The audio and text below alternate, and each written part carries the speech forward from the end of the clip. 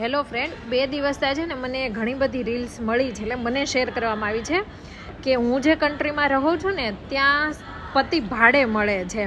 એટલે ભાઈ આવું કંઈ છે નહીં. અહીંયાની લાઈફસ્ટાઈલ બહુ સિમ્પલ છે. લોકો એકલા જીવવા માગે છે. અહીંયા સ્ત્રીઓની સંખ્યા વધારે છે, પણ એનો મતલબ એવું નથી કે આવું કંઈ છે.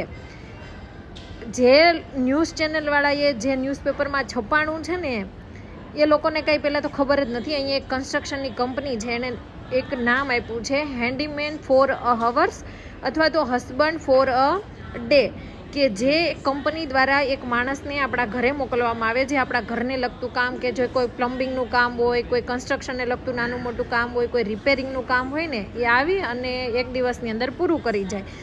એના માટે કંપની છે ને એના દ્વારા આ નામ આપવામાં આવ્યું છે. ત્યાંના લોકોએ, એટલે મીન્સ ઇન્ડિયામાં ન્યૂઝ ચેનલવાળાએ બરોબર વાંચ્યું નહીં, સમજ્યા નહીં, કંઈ જોયું ને એને બસ છાપી જ દીધું કે યુરોપનું એક કન્ટ્રી છે કે જ્યાં પતિ ભાડે મળે છે. એટલે ભાઈ એટલો આ દેશ મજબૂર નથી, બહુ સુખી દેશ છે સાવ એવું છાપોમાં.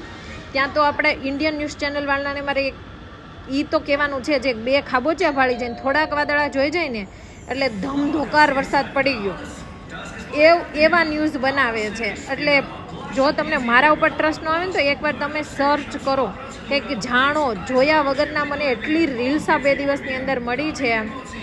રિયલીઓ ધન્ય છો તમે લોકો તે રીલ્સ શેર કરો છો. લે